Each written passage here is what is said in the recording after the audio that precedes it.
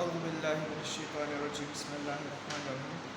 वालेकुम। 7th class, कैसे हैं बच्चे? आप सब ठीक हैं? अच्छा बच्चे, हमने अपना चैप्टर 1 जो है वो स्टार्ट किया था, जिसके अंदर हमने शॉर्ट क्वेश्चन जो है हमने कंप्लीट कर लिए थे। आज हमने जो है अपने लॉन्ग क्वेश्चन स्टार्ट करने हैं और बहुत ही इंपॉर्टेंट जो है हमारा फर्स्ट लॉन्ग क्वेश्चन है, explain the process of digestion in human being. ठीक है, ह्यूमन बीइंग के अंदर जो डाइजेशन का प्रोसेस है उसको जो है बताएं कि कैसे होता है। ठीक है, सबसे पहले इसका पॉइंट बनेगा कि हमें ये पता होना चाहिए कि डाइजेस्टिव सिस्टम, हमने डाइजेशन में ह्यूमन पढ़नी है, हमें सबसे पहले ये पता होना चाहिए कि डाइजेस्टिव सिस्टम के पार्ट कौन कौन से हैं। सबसे पहले देख लेते हैं बच्चे। सबसे पहला पार्ट है माउथ या ओरल कैविटी, दूसरा है फेरिंक्स, तीसरा है एसोफेगस, फोर्थ है स्टमक, फिर small intestine and large intestine. ये हमारे शुरू से लेकर एंड तक जो है ये जो है डाइजेस्टिव सिस्टम के पार्ट्स हैं। इनको हम डायग्राम के ज़रिए देख लेते हैं एक दफ़ा।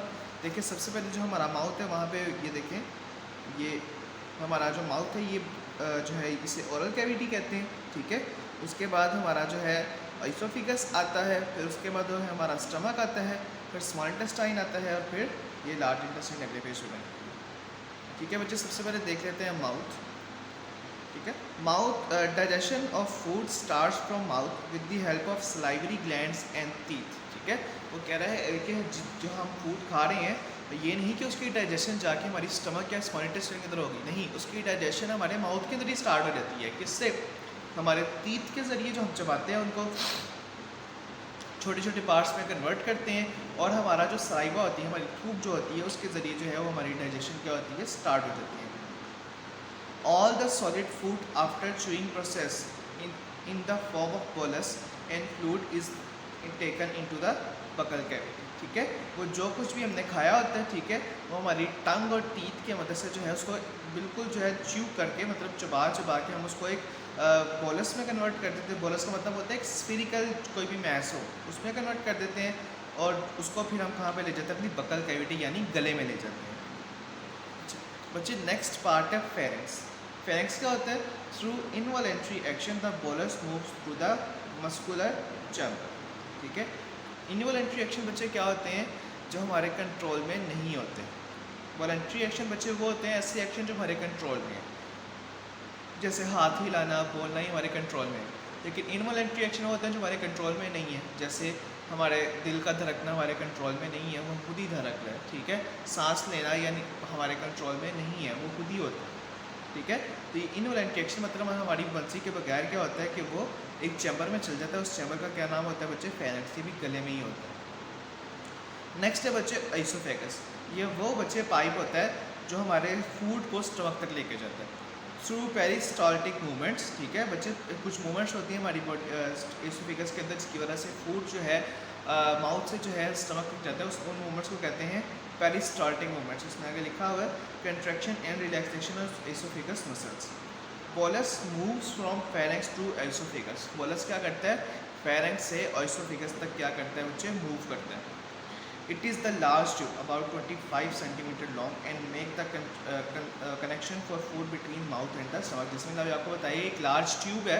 ठीक है, बिल्कुल एक ट्यूब की तरह बनी हुई है जो कि हमारे माउथ से फूड को लेकर स्टमक तक जाता है। नेक्स्ट है बच्चे, सबसे इंपॉर्टेंट पार्ट हमारे डाइजेस्टिव सिस्टम का, वो है स्टमक। हमें पता है ये एक मस्कुलर बैग है। स्टमक क्या है? एक मस्कुलर बैग है जो कि कॉन्ट्रैक्ट और रिलैक्स करता रहता है, मूव करता रहता है ताकि फूड को डाइजेस्ट किया जाए। ठीक है, and act as a storage for the food. ठीक है, ये दो काम कर रहा है, एक फूड को स्टोर भी कर रहा है और उसको डाइजेस्ट भी कर रहा है। Where food is filled churn. Churn का मतलब क्या होता है बच्चे? जैसे आपको पता है हमारा स्टमक का कॉन्ट्रैक्ट रिलैक्स कर रहा होता है, इस प्रोसेस को कहते हैं churn. And break protein with the help of enzyme and acid to convert the bolus into the chyme. ठीक है, like consistency of milk shake. ठीक है, वो क्या बता रहा है? यहाँ पर क्या होता है? प्रोटीन की क्या की जाती है? डाइजेशन की जाती है एंजाइम और एसिड की मदद से, और जो बोलस हम अंदर लेके गए होते हैं ना, उसको वो बोलस की बजाय काइम में कन्वर्ट कर देता है। और काइम क्या होता है बच्चे? मिल्क शेक की तरह का एक स्ट्रक्चर होता है जिसके अंदर सारा कुछ मिक्स हो गया होता है। नेक्स्ट है बच्चे आपके पास small intestine. Small intestine is a thick long organ coiled in the form of folding about 5 feet in length। ठीक है बच्चे, ये क्या है? थिक ऑर्गन है, लॉन्ग भी है और थिक भी है।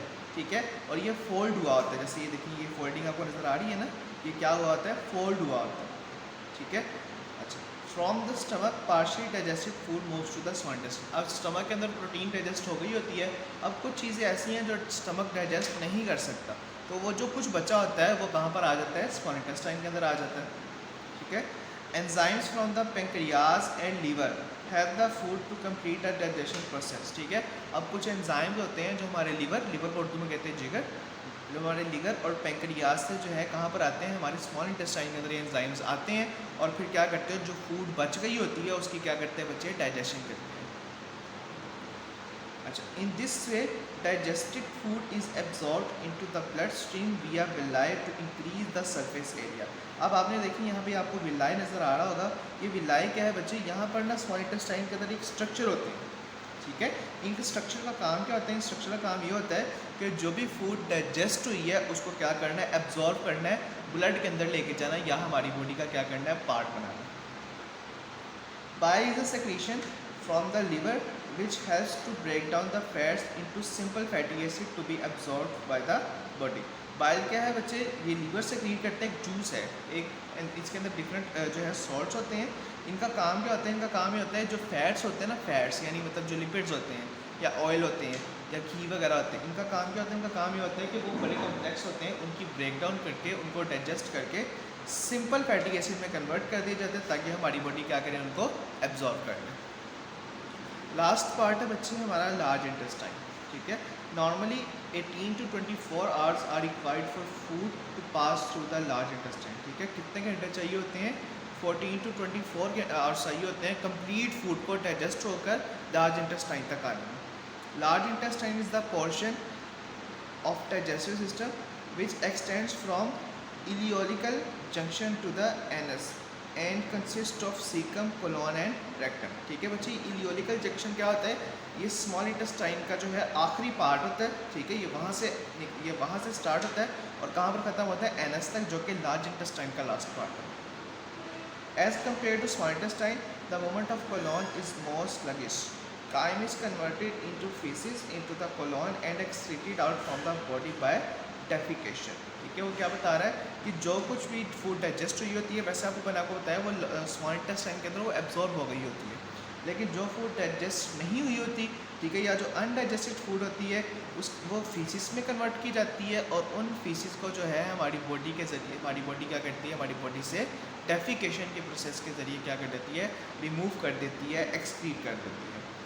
अच्छा बच्चे, ये लॉन्ग क्वेश्चन बहुत ज़्यादा इंपॉर्टेंट है, इसके अंदर कोई सवाल होगा तो लाजमी जो है मैसेज करके पूछ लीजिएगा, इसको लाजमी आपने जो है याद करना। अपना ध्यान रखिएगा। अस्सलाम वालेकुम।